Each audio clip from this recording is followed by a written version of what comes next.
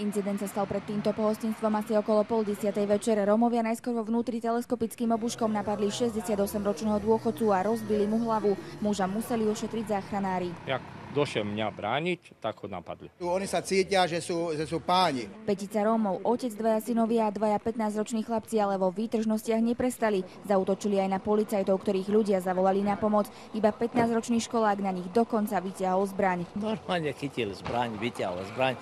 Pokiaľ ten druhý policajt nevystrelí do vzduchu, on nezahodí zbraň. Zbraň bola plynová, priveľmi sa však podobala na skutočnú. Popri tom, ako na nich chlapec mieril zbraňou, dokonca vykrikoval, že ich všetkých na mieste pozabíja. Na výzvy polície nereagoval, preto musel jeden z policajtov použiť varovný výstrel do vzduchu a následne útočníka odzbrojili a zadržali. Rómovia neprestávali byť agresívni, policajné hliadky sa pokúsili upokojovať situáciu, napriek tomu boli celé Diakovce na nohách. Proti skupinke Rómov museli v Diakovciach zakročiť až ku klači.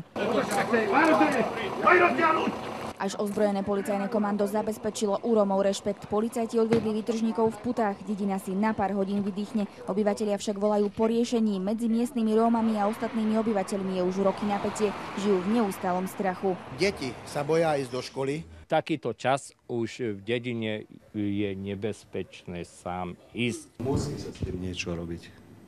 Keď chce niekto tuto ako v Diakovciach ešte žiť. Strach z Rómov v Diakovciach je už príliš dlho. My to vyriešime. 5 Rómov je v celách predbežného zadržania v Galante a v Nových Zámkoch. Stále ich vypočúvajú. 5 páchatelia boli obvinení z prečinu výtržníctva a jeden z nich aj z útoku na verejného činiteľa.